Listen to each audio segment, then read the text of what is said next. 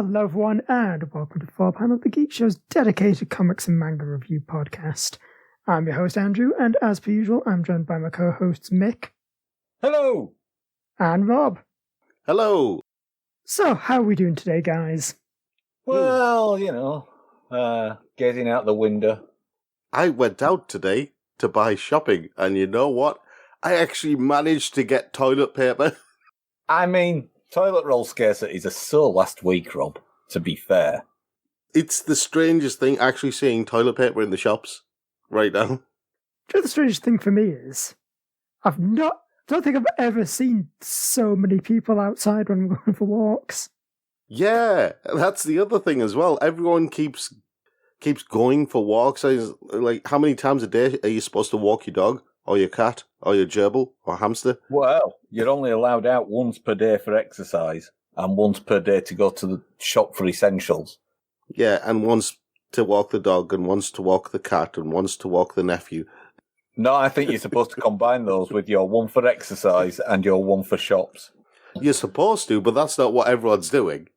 No, they're getting in their cars and driving for miles to beauty spots so that they can go for a walk, and then getting upset because a policeman tries to fine them for it. Yeah.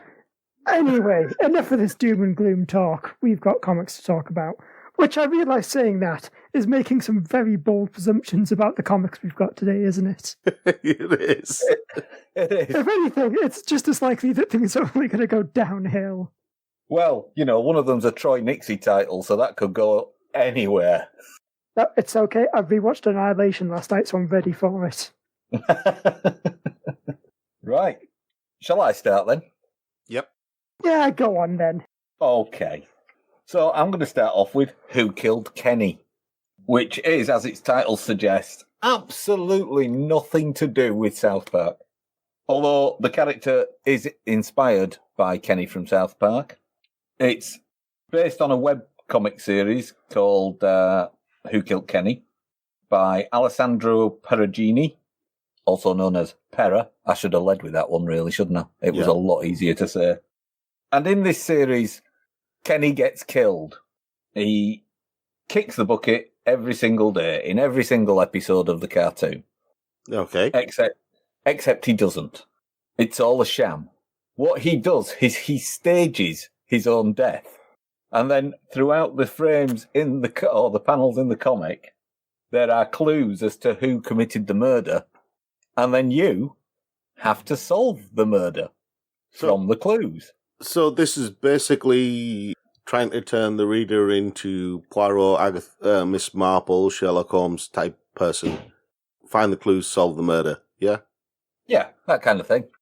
And in this book, which is only a tiny book from MBM Graphic Novels, there are 45 cases to solve. And we start off with the granddaddy of them all, ancient Rome.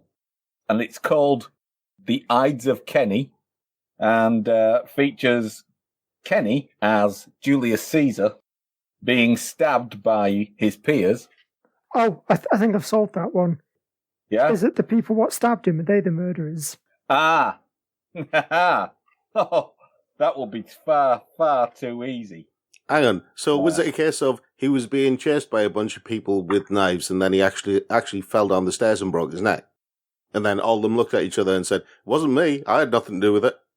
Again, it's not really that simple. There's all sorts of people dressing up as other people and pretending to be in other places and stuff going on.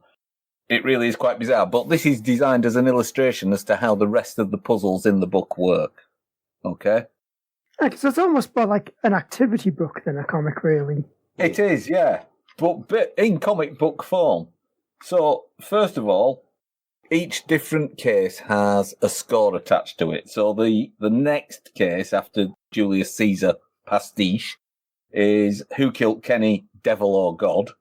And there is a picture of the devil and a picture of God.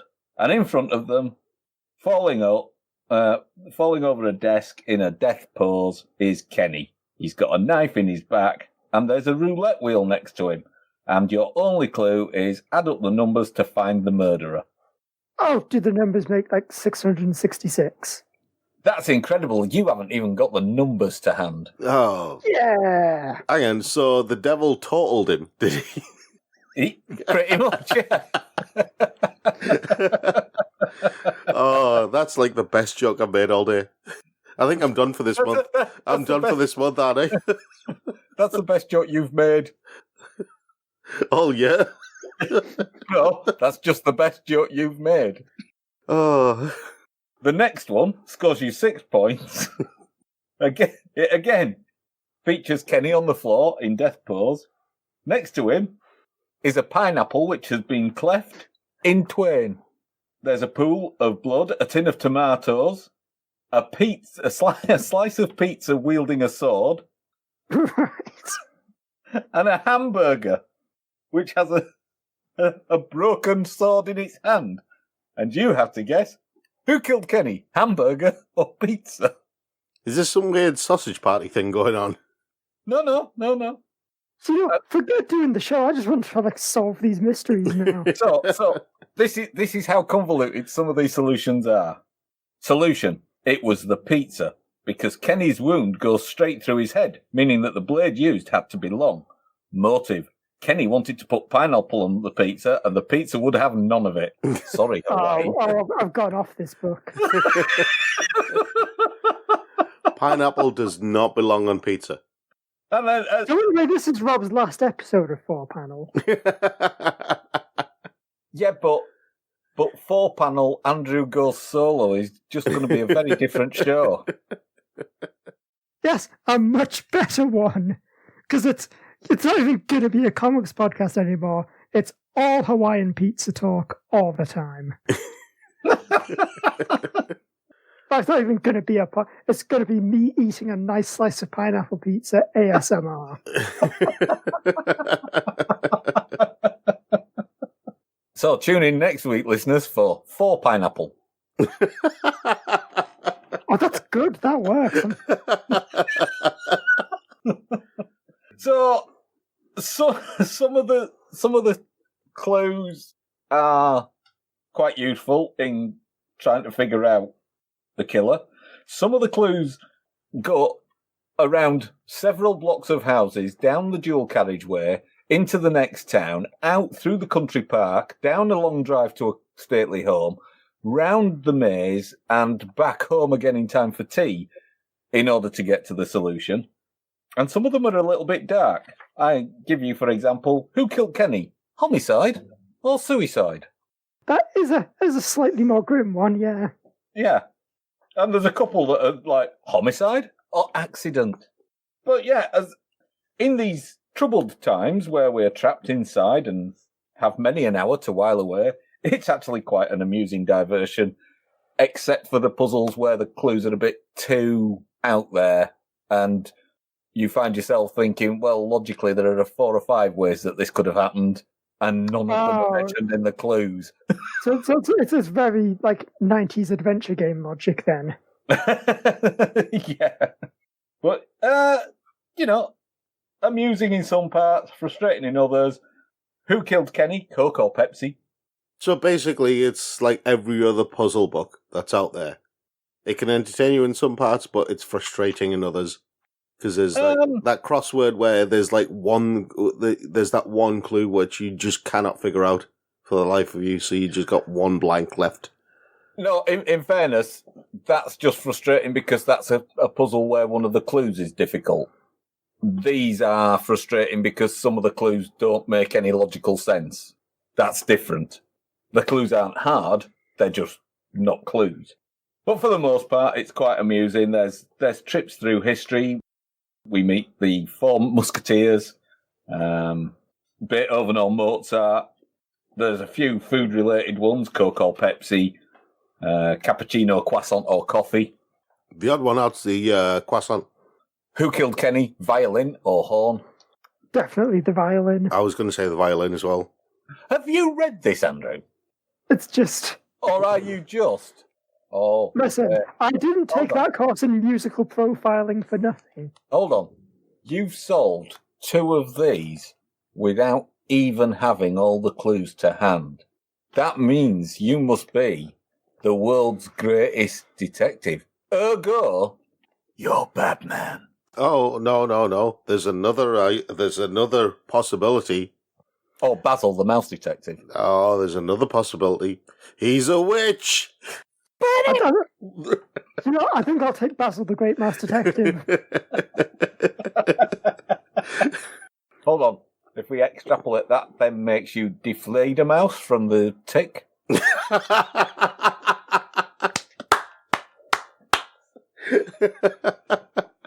Mick, you know when you said you couldn't follow the logic of some of these clues? Yeah. I'm sure it's not just your mind. Anyway, so that's Who Killed Kenny from MBM graphic novels, and it's by Pera, who you can also find on the Instagram, which I believe the young people use these days. Yeah, I think we should keep in that kind of slightly pregnant pause as we realise we have no young people like in the immediate vicinity. I have no people in the immediate vicinity. Young, old, otherwise. None of us do. This is the era of social distancing.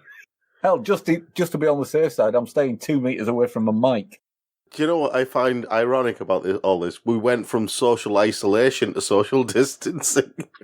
That is just like rain on your wedding day. Oh, don't. No, This is the second time in as many days that I've made an Alanis Morissette reference. This is what social isolation does to a man. The thing is, though, when you think about it, we are actually the ultimate preppers for this, aren't we? You know, we at the Geek Show are specialists in our fields of watching movies, reading comics, playing games, watching animations, all those kind of nerdy, stay in your bedroom, don't see sunlight, possible rickets cases. Yeah. We're ready for this. Yeah, do you know what the most depressing thing has been for me for the last week? Realising you were right all along. Well, yeah, it's not been that different. It's been like that with me as well. Everyone else is going, I can't handle being indoors all the time. I'm going, I'm fine. I've got all my entertainment here. What more do I need? Yeah, it's that moment in the middle of the afternoon when you're out and about on your daily walk and you think, actually, this is more out the house than I usually get. All I need is a pizza delivery menu and an Amazon account, and I am done. Do you know, the irony is that I have both. You did order pizza last night. I have all those things. I've got Amazon Prime, I've got Netflix, and I'm probably going to subscribe to Disney Plus as well. And well, you see, I did that. I'd signed up for the free trial of Disney Plus the other day, and not being a Star Wars fan, I looked at the content on offer and realised that all of the stuff I wanted to see on Disney Plus, I already possess. Ah. Yeah, if you do not like Star Wars and own a Marvel movies box set, not much there for you, is there? It's all princesses and bloody documentaries. Oh, well, maybe I won't get a Disney Plus set then. Anyway, shall we continue with the comics? Yeah, we probably should. I mean, we mentioned superheroes, so that's almost on topic. Almost. Anyway, I have been reading Fantastic Four Grand Design by Tom Scioli. Is this a Channel 4? Is this a Channel 4 co-production? Ho ho ho! Oh, Mick, that is a good and original joke that you've just made, and definitely we haven't already had a lot of fun with before the show. I know, but I thought I'd share it with the listeners as well. Let them have some fun with it. Michael Snowden, people don't listen to this podcast for fun. Oh, people are desperate for fun now. They'll turn to any medium. Welcome to Four Panel, the podcast to fun, which is like what a rock in the desert is to moisture. Oh. You see, what you fail to realise, Andrew, is that now more than ever we are providing a vital service, because there are millions of people out there who have yet to discover this podcast, but they will do so as a result of running out of other ways to put off those things they never had time to do before. This is true. Number of people who are painting their houses now. I know. Anyway, well, while they're sitting there looking at that shelving that they're definitely not going to put up, I'll tell them about this comic, shall I? Yes. So, Fantastic Four Grand Design is based on a similar concept to X-Men Grand Design, where that was basically like a sort of unified, condensed retelling of Chris Claremont's X-Men. This attempts to do something similar for Stan Lee and Jack Kirby's Fantastic Four series. And, it starts fun enough. It's actually got a really fun fake out at the beginning, where it starts with 4 astronauts, kind of getting in a rocket, flying off into space, get bombarded by cosmic rays. You know the story. Mm-hmm. And then they crash back down on their home planet, and 3 of them die. And as the 4th one is kind of starting to fade away, Uatu the Watcher appears, and he has this whole thing of, no, I don't act, I do not interfere, I just watch. And then says, well, just this once. If you save one man's life, you save the world. What's the worst that could happen? and that's the origin story of Galactus. Okay. So like the first, I guess, chapter of this is really interesting because it's not the history of the Fantastic Four. It's the history of like all of Marvel Earth. So you get things like the Celestials arriving on Earth and creating I was going to say soon to be stars of the hit movie. At some point to be the stars of the hit movie, The Eternals, and like the founding of the fall of Atlantis. There's a really neat bit where basically Uatu, because this is all from Uatu's perspective, and he sees that kind of in ancient Egypt, the time traveler Rama Tut takes an invisible queen only for her friends and family to break her out and disappear off into the time stream. And he thinks, these 4 are interested. I'm gonna maybe keep an eye out for them later on in the timeline. And it's a fun idea.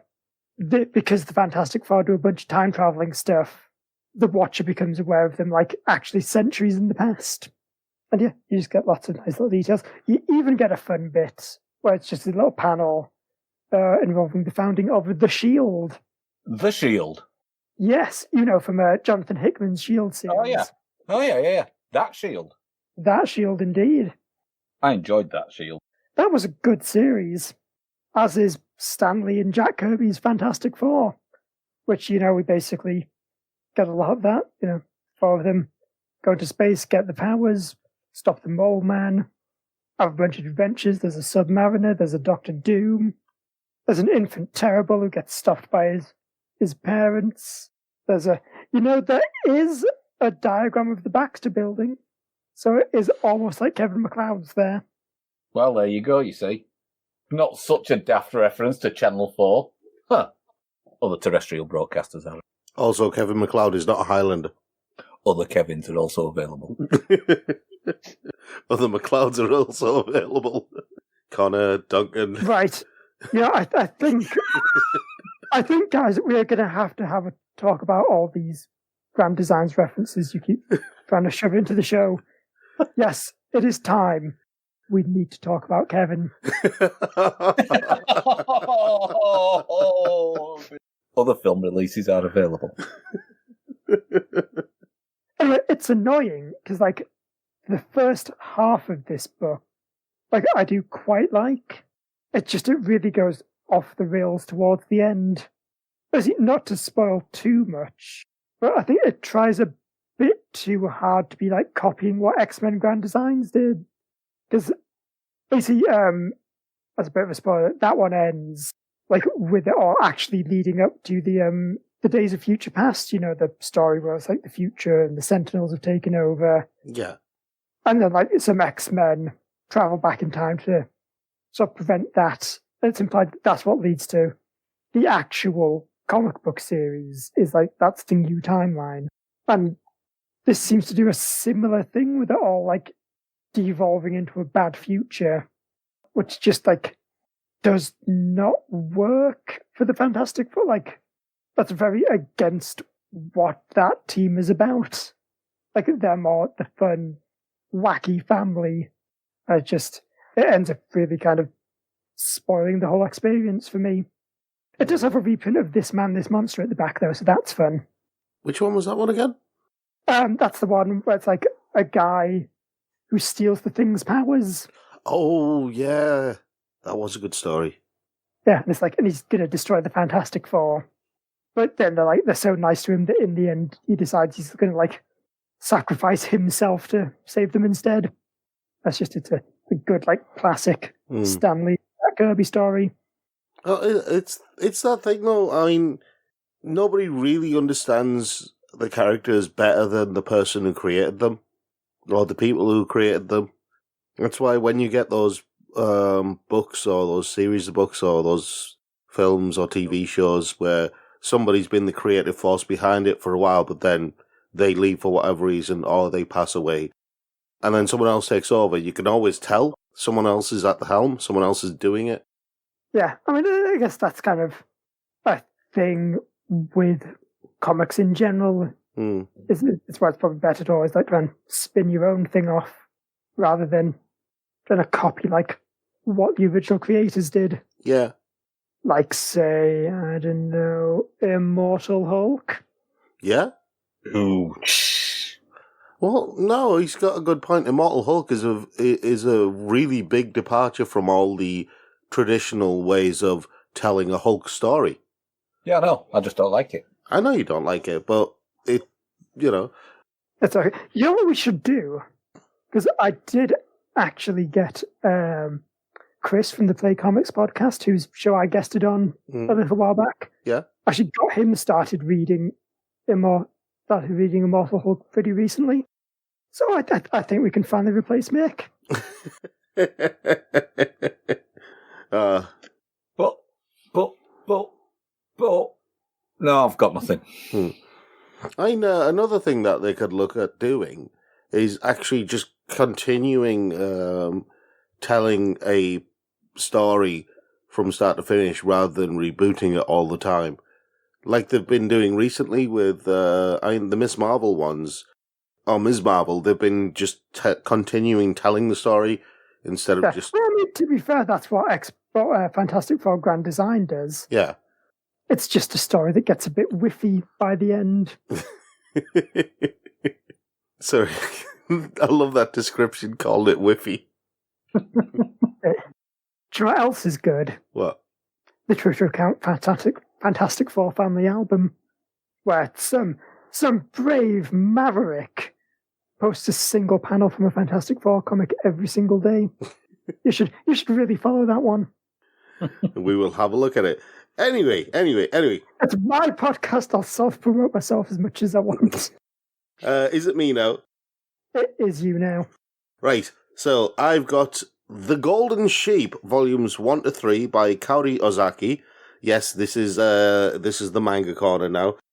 This is actually from Vertical Comics, which is one of those lesser-known manga publishers here in the UK. We've done something by Kaori Ozaki before. We did what's known as a one-shot manga called The God's Lie, which was about a boy and a young girl and her younger sibling, and how they decide the reasons behind them deciding to run away together when they were still children. But The Golden Sheep, again, is about children, it's about youth, it's about family, and more importantly, friendship. It's a story of Tsugu Mikaru, who is going back to her hometown with her mum and her 3 sisters. She's the upper middle child, because there's 4 sisters. She's got an older sister and she's got 2 younger sisters, and her mum, who's divorced from her dad, and they're going back to her mum's hometown where she originally grew up. And what she's wondering as they're going back is her friends from school, Sally, Yushin, and Sora, do they remember her? Do they remember anything about her? Will they still be friends? Will there be anyone she knows? Which is a usual thing. She's already sent a letter in advance, and she goes to the top of a hill, at the top of which is a column with a golden sheep on top, which is why this is called the Golden Sheep. That's the place where they all met. That's the place where they sent her off. And that's the place where they've decided to meet up when she's come back. But what she's come back to is a group of friends who aren't really friends anymore. Or they are, but they're not. Time and circumstances and all sorts of other things and their own personal thoughts have basically impacted them. Sally is very much into looking pretty and being, not being socially isolated, not being bullied at school. She's got feelings for Yushin. Yushin, on the other hand, he's got all sorts of complexes about himself which have to do with his personal circumstances. Everyone thinks that he's some kind of rich kid and he's got his own lackeys and he's basically become the school bully, or one of the school bullies. Sora, who wanted to become a manga artist, he's actually become the target of Yushin's bullying, even though the two of them used to be the best of friends. Tsugu doesn't know any of this, and this is stuff that she's discovering slowly over time. The very beginning of the first volume of this is Sora buying these charcoal briquettes and going to this abandoned car by the river, sealing up the windows and lighting the charcoal briquettes in an attempt to kill himself, only to have Tsugu smash the window with her guitar that she got off her dad, breaking the guitar. So what you've got then is this actually quite touching at times story about these kids learning just more about the world and more about themselves and growing up a little bit, becoming more mature and going out to find out what their future might be. It's actually quite a well-structured story. It flows quite well, but there are some stop-start bits which don't quite work. But in general, it's very well handled. It's not the kind of story that I think everyone's going to take to. It's not your usual... there's no real action or anything like that. It's one of those stories where you kind of go, youth, that sort of thing. It's sentimental, but it's not that kind of syrupy sentimentalism that you get with, schmaltzy, I think they call it, where it's all kind of sickeningly sweet and cloying, and it's got some good beats to it. It's got some interesting humor to it, and 3 volumes. It's actually a pretty tight. It's actually a pretty tight story. Schmaltzy is also a really good word. Yeah, schmaltzy is a very good word.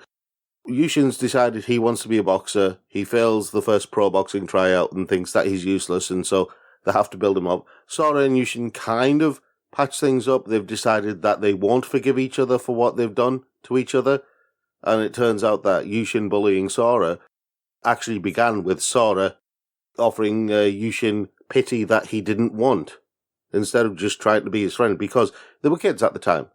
And so Yushin didn't understand Sora, and Sora was kind of being a little bit arrogant because of Yushin's family situation, and that turned around and ended up with Sora being bullied by Yushin. So the story is never really as straightforward as you think it is, which I actually like about this. Kariozaki's put a lot of thought into how this story is going to progress and what the characters are going to be like. She's not afraid of showing the weakness of the characters as well as the strengths, which is one of the reasons why I like it. I think it's a really interesting, really good manga. Like I said, it's got some issues, but the good things about the manga far outweigh the bad things about the manga. And it's got some little stories afterwards, towards the end. There's one really, really sweet story at the end, which is also... It kind of harks back to the story that she did called The God's Lie. It's called Love Letter, and it starts off with God and an angel, and they're at the birth office. It's decided that this little soul is going to become the child of a young girl called Asaka Uonuma, who is 70 years old and drifting from guy to guy, and she becomes pregnant with this soul. The baby's born, but she's struggling because she's not really finished school. She's struggling with life. She's struggling to cope with everything. And eventually, even though this child loves his mum to bits, and even though there's just the two of them, the child dies of neglect. But then you go back to the child's soul, meeting God and the angel again, and saying how much he loved her. And then the story takes a twist because he keeps returning back to his mum in different forms, as a cat, as a flower, as a raindrop, as all sorts of things. That's the bit where it gets really, really sweet, and I really like the idea that nobody's ever truly gone. They're still there. They're still all around. You just have to keep remembering them. So, Oh, that's nice. yeah. Anyway, Mick, would you like to ruin this lovely sentimental moment with something else? Yes, and I have the perfect thing for it. Trout, by The Hollowest Knock, by Troy Nixie and Dave Stewart. It's like extreme ends of the spectrum right here, isn't it? And you could, well, actually, we all know Troy Nixie's work, right? From Vinegar Teeth, Black Sinister, Yeah. and the previous Trout volume that I read. Imagine, if you will, you know that Aquaman movie that came out a while back? Yeah. With Action Kidman in and stuff like that? Oh, Jason Aquaman. That's the one. So, if you imagine Troy Nixie doing a graphic novel adaptation of the Aquaman movie, you probably won't be a million miles away from The Hollowest Knock. The action picks up from our previous adventure, where Giuseppe and Trout are hounded out of the town of Upton, and their only option is to escape by sea. At sea, they are set upon by the crew of the boat, who see them as being cursed, because obviously it's their presence that's brought around the storm that's lashing against the ship. Trout gets thrown overboard. Giuseppe ends up press-ganged as a gas man in his brother's army. You're keeping up, right? Yes. Not in the slightest, but please continue. Exactly. We then go through a whole host of kidnappings, plots and counterplots, until Trout is finally reunited with his mother, who is some kind of supernatural sea creature. Oh, so Trout is not just a random last name then? No. Hang on, is he the offspring of Ursula the Sea Witch? No, because that would cause all kinds of copyright issues. And ultimately, they're reunited, and it turns out that Giuseppe is not just some kind industrialist who took Trout in, but is actually the lighthouse keeper from Aquaman. Gasp! And the thing is, this story makes no sense. There's also a couple of reviews that seem to make this out to be a personal story for the author, in which case you think, what?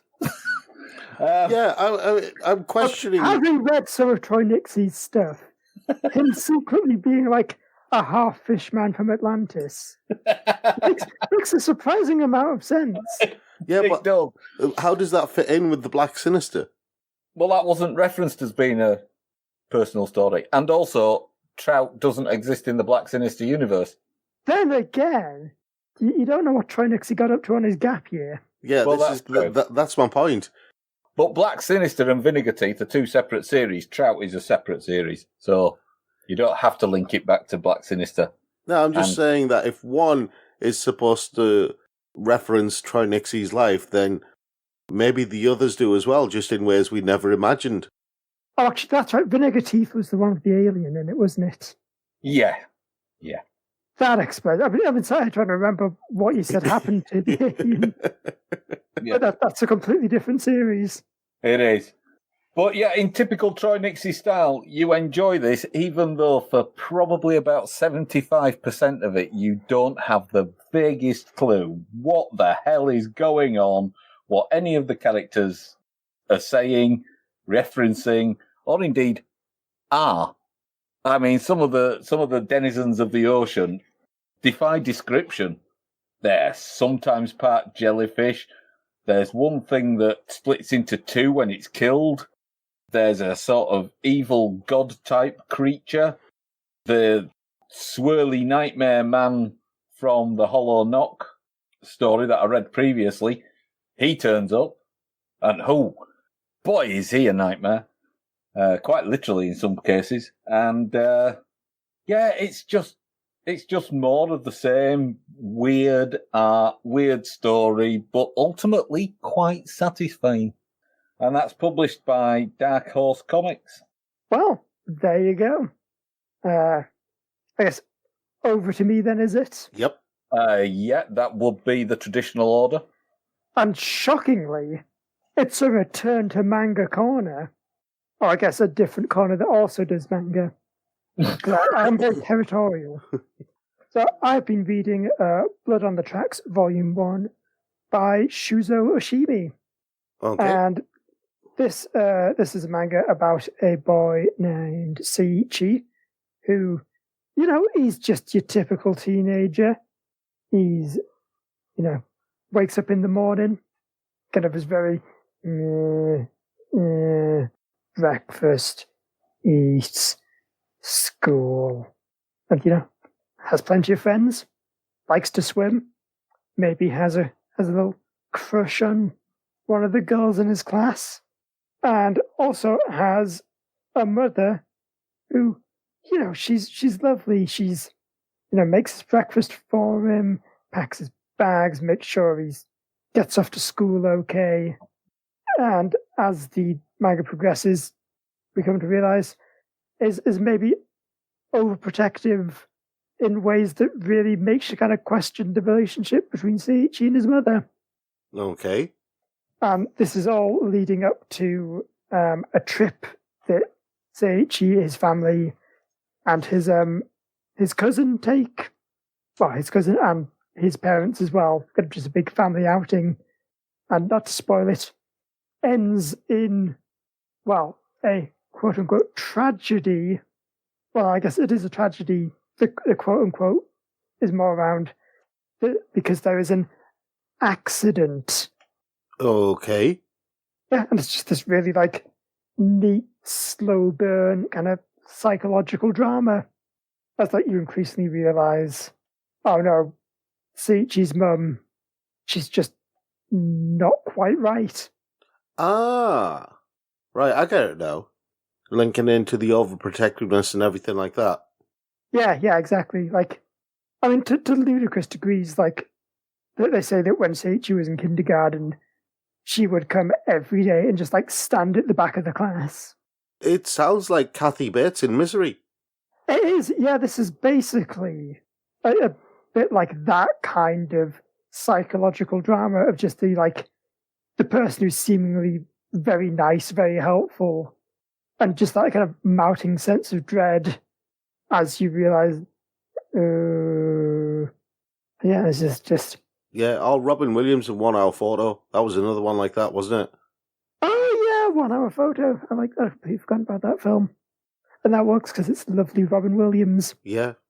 And yeah, it's kind of a bit hard to describe because it's almost like nothing until the end is really that, creepy. Yeah.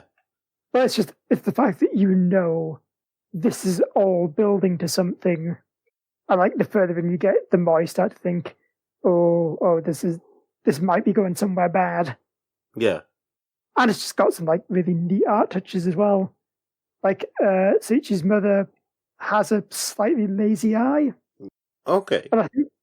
And that's just the kind of neat little detail that you wouldn't usually see. And I think it works in close-ups when she's always not quite looking at you. Which again I think helps. I think what it is, because I don't want to seem like I said people with lazy eyes are creepy, because obviously they're not. Yeah. But it's the fact that a lot of manga, she's got basically a perfectly symmetrical face. And it's just that one little detail that just throws it off slightly. And I think, in drawn art, that's a really effective thing. Yeah. Yeah, actually, you got a good point there. I'm just thinking of some of the superhero stuff. When you have, just one of the characters has, one eye, or they have, one eye that's glowing and the other eye is normal, which is a typical comic book thing. Cable's notorious for that, isn't he? Just having the one glowing eye. But yeah, I think this works because it's not a big thing. It's very subtle. Yeah. like it's so you'll be flicking through it and kind of think, oh, there's just a little something about the way Seiichi's mum is looking at you that makes you feel a bit, ooh, that's a bit weird. As time to like you look closely at your eyes. Oh yeah, one of her eyes is just like slightly off center. Yeah, it's very neat. This one does just seem to be like mostly setting up where the story's gonna launch from. Yeah. But I think as a first volume, it does the most important thing, which is give me something where I go, oh, this is interesting. I want to see where this is going. That's always a good start. Yeah, and I'm looking forward to volume 2. Cool. So, my turn again. Oh, also, all of Seiichi's friends talking like ridiculous American, like, yo, bro, what's up? And that reminds me, because that is the same kind of awful, dumb things that me and my friends used to do when we were kids. Yeah, well, you know, when you were talking about Seiichi, and he's like, typical teenager, gets up, goes, breakfast, school, I was thinking, that was you when you were a teenager as well, wasn't it? Oh my god, it absolutely was. I mean, I say it was, still is to a degree. I'm not a mornings guy. Or a school guy. Yeah, if I had to go to school, I'd be very worried, I think. Speaking of going to school, some of these people who I'm going to talk about now really should have gone back to art college or school or something like that. I don't know. I've got Legends of Marvel X-Men, which collects Wolverine Exit Wounds, Alpha Flight True North, and New Mutants War Children. And that's a collection of mutant stories written by Larry Hama, Chris Claremont, Sam Keith, Jim Zub, Jed McKay, and Ed Brisson. Is the New Mutants section just a blank page with release date TBC? We'll get to that in a second, Mick. There's various artists, various colour artists, various letterers, and cover art by various people. But anyway, the first story is Wolverine Exit Wounds, which is in 3 parts called Red in Tooth and Claw, Aftermath, and Logan.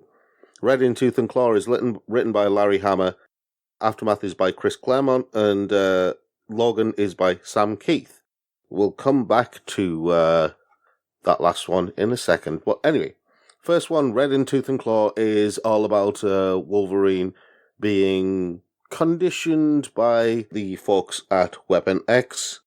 They've basically picked a memory of Wolverine carrying a dead native girl and meeting Sabretooth in a bar, and Sabretooth and Wolverine go at it, and they're using that memory. That's Silver Fox, his wife. Yeah, and they're using... Sabretooth killed. Yeah, and they're using... That's a birthday present. Yep, they're using that memory to basically drive Wolverine insane and make him into a killing machine.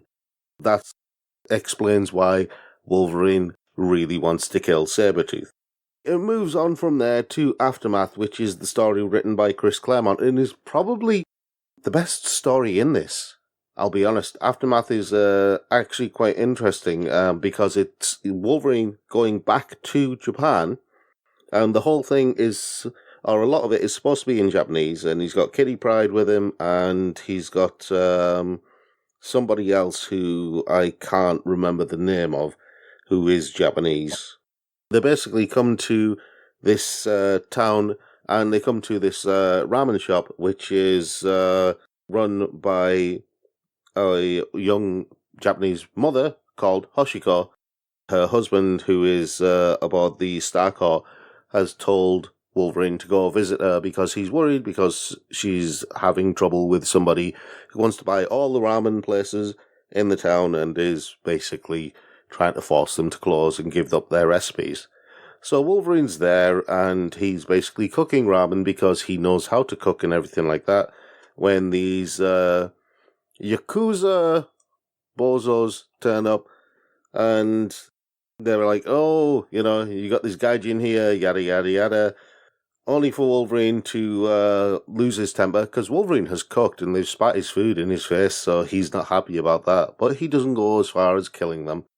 But it has become obvious that there's a bunch of pictures that the other person who's with Kitty Pryde and Wolverine have seen, which go back generations to the picture of Hoshiko's great-great-great-grandmother. That picture is a wedding photo of the great-great-great-grandmother and Logan. So Hoshiko and her family are descendants of Wolverine, so to speak.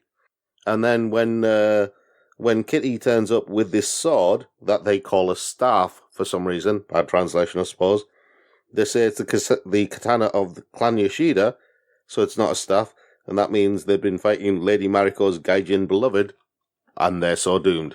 So yeah, moving on to the last one called Logan, and the artwork in this, I'm really sorry, Sam Keith, but your artwork sucks. I'm not even going to bother with that. It's just a fight between Logan and Venom. Goes on to Alpha Flight True North, which is an interesting story about Snowbird and I've forgotten her name. You know, the Native American sorceress type person from Alpha Flight? The female one. Yeah. That is Talisman. Yeah, that's her. So... Because there's another guy called Shaman who is her dad. Yeah. Snowbird and Talisman are investigating this town, and they come across this weird creature, which is like a moose and all sorts of other things combined into one fleshy, hairy, antlered mass, which is attacking everybody. Snowbird turns into a Wendigo to fight it, and they get absorbed by the darkness, which consumes Snowbird's flesh, and then releases the angry goddess inside. Yeah, what if the idea is they've thrown in a random antler monster because that's what Wendigos are supposed to look like? Yeah.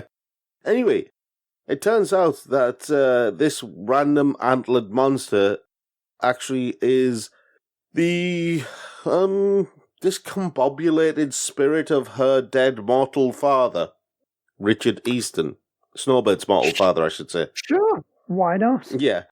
It goes on to a story where Aurora and Northstar are basically lounging around because they've finished a mission. Puck and some green lass who I've not seen in Elf Flight before, but is some kind of weird alien. Probably Marina.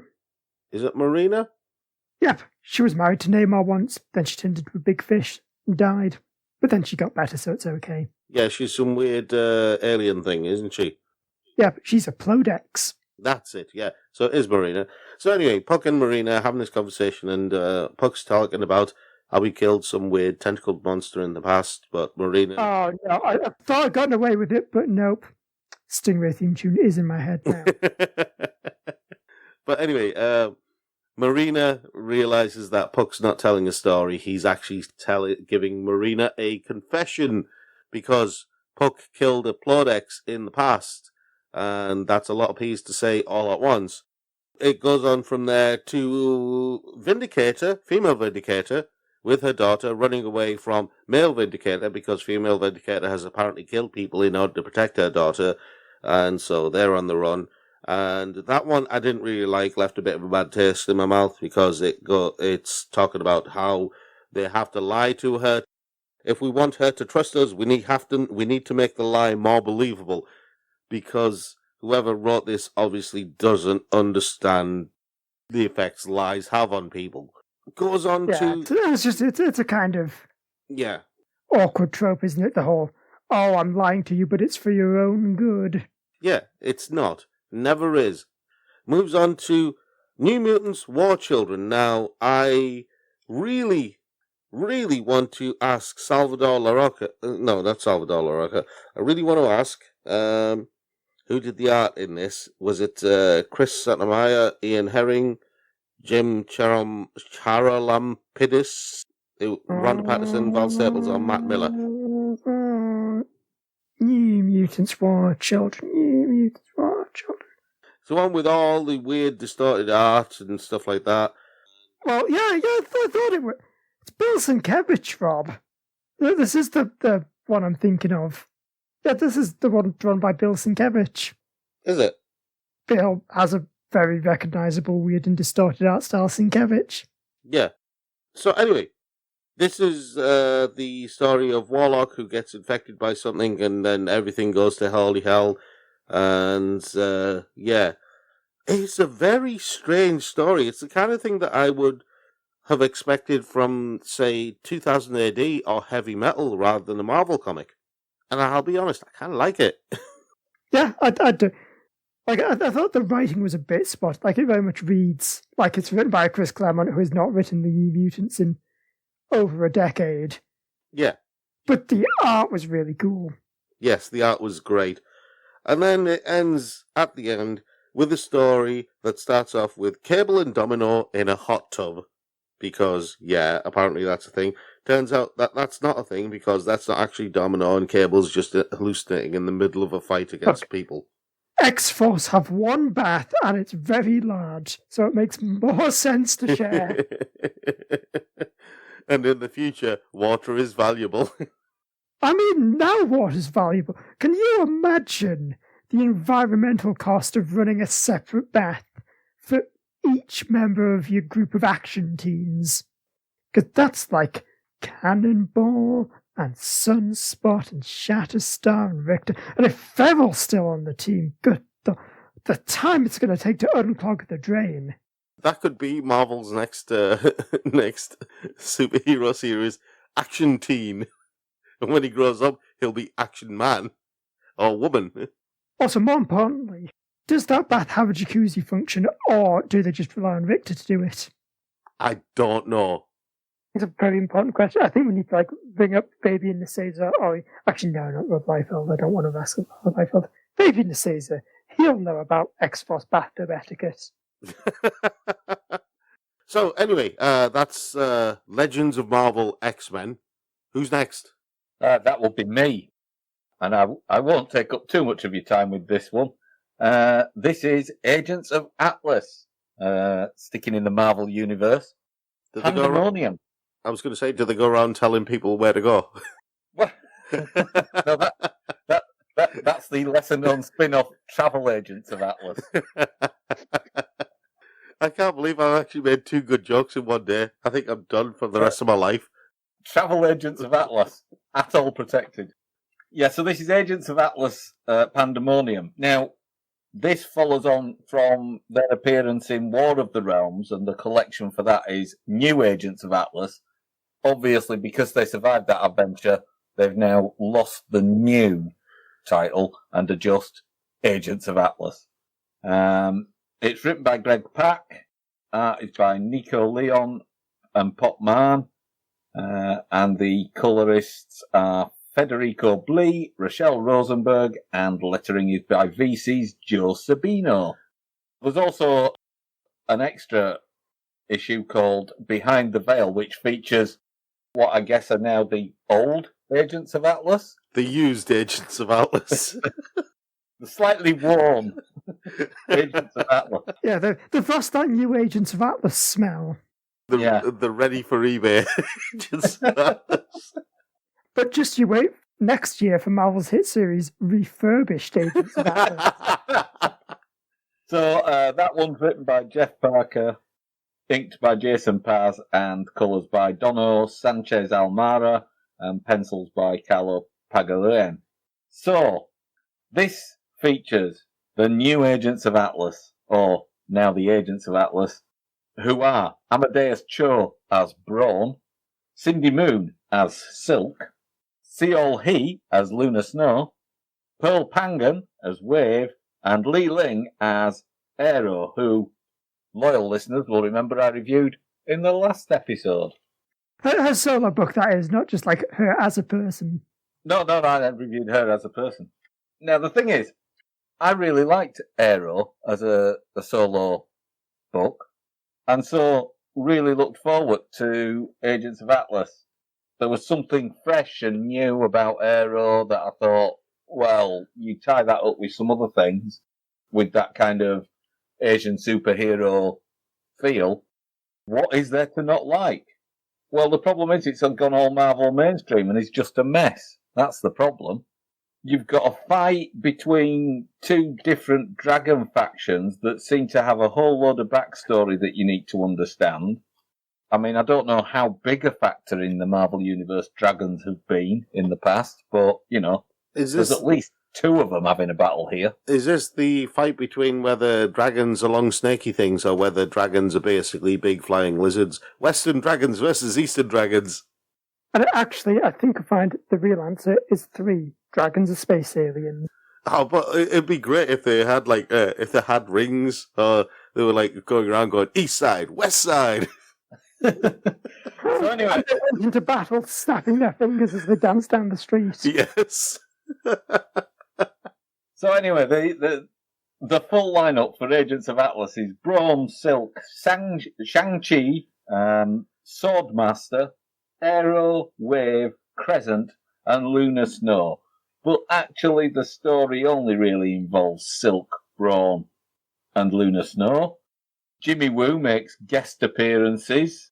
There's a confusing plot about a bad guy who's trying to bring the world together using some kind of dimensional tearing device, ripping down borders, and ultimately you can get a free day pass, which is a bit like hanging around outside a school with free bags of heroin and then charging £25 for the next and the next and the next, because they sell these passes to this new place called Pan, which is all the well-visited cities around the world in one glorious single location. There's Giant Man, who is this box-ticking exercise's gay character. And it's just a standard, unlike Arrow, which was very specifically manga-inspired and had a manga sensibility to it. This just feels like they've taken a discarded X-Men plot or a discarded Inhumans plot or a discarded insert name of Marvel superhero team here. Okay, well, I am going to have to correct you slightly there, Mick. Everyone knows the Inhumans don't have plots. Have you not seen the TV show? I meant the comic version. I mean, surely the comic version has some kind of plot. There was a plot. How to get rid of it. They could have saved themselves so much money by going with the plot of how not to make it. There's a little side adventure, as I mentioned before, featuring the original Agents of Atlas, which are Namora, M11, Gorilla Man, and Marvel Boy. And at the end, it turns out that they've gone through all this fighting and arguing for no apparent reason because another dragon rises out of the ocean, and I'm not going to tell you who's driving it, curse it. It's one of those ones where number 8 will shock you. So yeah, it was just, after the promise that Arrow showed, this is just a Western comic book with some superheroes who are superficially Asian in their alter ego names and some of their powers, and the dragons are very obviously inspired by Eastern dragons. But given everything you've said, I'm going to guess that the person driving the third dragon is probably the biggest representation of Western superheroes and the biggest kind of middle finger to all of the Eastern heroes. So it's going to be Captain America, isn't it? Evil Captain America from Hydra. no. Damn. Is it? I'll give you a clue. It's a character from the Marvel Universe that probably won't be turning up in a cinematic outing anytime soon. Oh, no. Oh, I was going to say, is it 60s incredibly racist Marvel Fu Manchu villain, the Yellow Claw? But that does fit. Not going to turn up in, is it Kazar? No. Is it Donny Cates' Guardians of the Galaxy Volume 2 Faithless? No. Not even if it was written by Donny Cates with additional bits from the annual by Al Ewing, Tinny Howard, Zach Thompson, and Melanie Nadler, and art by John McCready, Landry Sinar, Ibrahim Mustafa, and Felipe Andrade, No. with colours by Mike Spencer, Rain Barredo, and J. David Ramos. No, but I have just been tipped off by the annual podcast awards that the only nominee for clumsiest segue goes to goes to artist for the main series, Corey Smith. And also Corey Smith and Victor.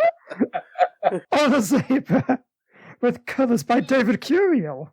So we're moving on then. Yes. Yeah, moving on then, yes. How rude. So yeah, this is the continuation of Donny Cates' Guardians of the Galaxy series. And God, this is just an incredibly disappointing, 6 issues of a comic. Yeah, 6 issues. Did it feel like longer? If anything, it felt shorter. I was worried it might have been 5. Because I feel like we got the first volume of this, which was 6 issues just setting up this new team of Guardians of the Galaxy, only for Donny Cates to then be told, right, you've got another 6 issues, then we're changing creative team. So we get suddenly this very rushed story about a group called the Universal Church of Truth. Who are they? I don't know, they're bad, they're from the future, they want to kill all the life so they can beat death in the future. It doesn't matter, we don't have time. And is this the Universal Church of Truth that carved out a big sign in Star-Lord's home planet in Old Man Star-Lord? Probably. Or Old Man Quinn or whatever it was.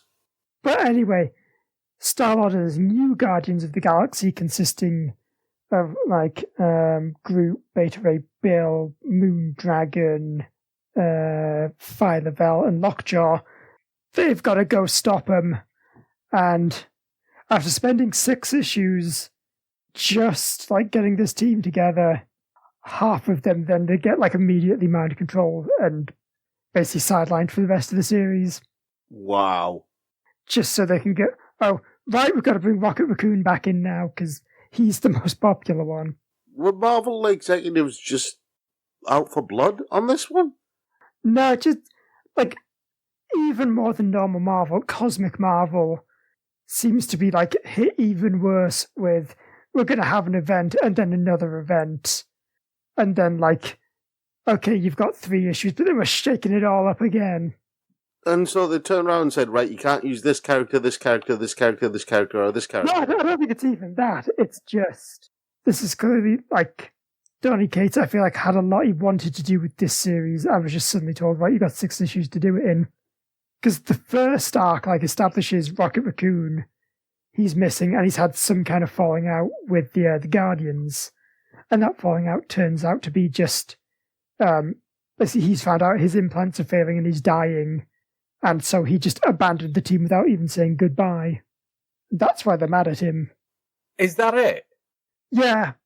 Because I've just been reading the series prior to that, and it was, I don't know, it made it sound like he, I don't know, gone around the entire galaxy killing the firstborn of every village.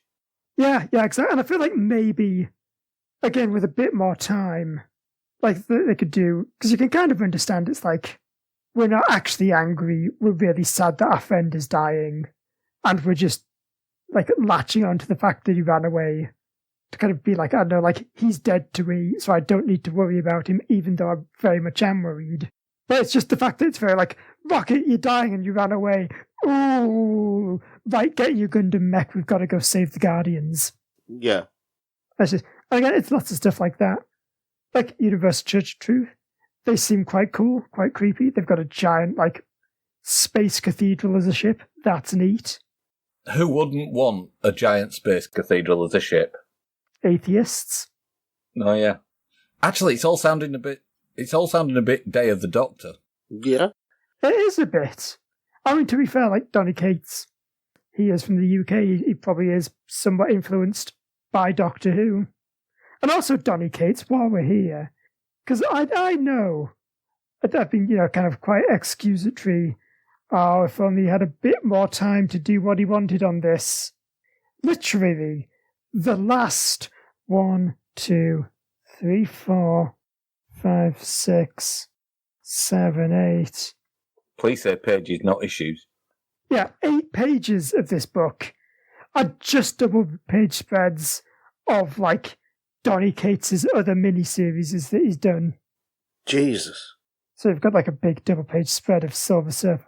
Basically Rocket Raccoon says, so did I miss anything while I was away? And then just cuts giant double-page spreads for, there's Thanos stuff. There's other, Cosmic Ghost Rider stuff, Death of the Inhumans, a series that coincidentally came out not long after the Inhumans TV series bombed. Ah. And there is Silver Surfer Mini. And that's incredibly self-indulgent. Yep. Like, literally, Viola Val, who, when I was doing the name call, I almost forgot to include her. I think she has, like, one line in all of this, and it's just yelling, run. Wow. Which is annoying. Because I'm also reading, like, the series after this, which she's also in, and she's pretty cool. I found this with the previous series, that some of the crew are in there just to fill up berths on the ship. Yep. Yeah. I feel like it's one of those things where Donny Cates went, ooh, I like all these characters, I'm going to put all of them on the team. Oh, wait, I don't have, like, anything for most of them to do. Yeah. And yeah, it's just very disappointing. Almost as disappointing as the fact that we're at the end of the show. No! So yeah, that's it from us. If you've liked what you've heard, you can find us at thegeekshow.co.uk or wherever you get your podcasts. And while you're there, why not check out some other great shows like Cinema Eclectica, the movie podcast that Mick is on. Sometimes. Occasionally. But it's also good when he's not on. Which I meant to say, it is a consistently good podcast, not it is a good podcast when Mick's not there. Just keep digging. Anyway, if you do like our shows and want to help out, please do consider donating to our Patreon. You can donate for as little as $1 a month, and it helps us just, keep the lights on and let's keep doing these podcasts that we love doing. And of course, if you can't, just, like the show, leave us a review on iTunes or something. That also helps out a lot, because the more people that know about us, the more people we reach. So, until next time, I've been Andrew. I've been Rob. And I've been Mick. So long, and thanks for listening.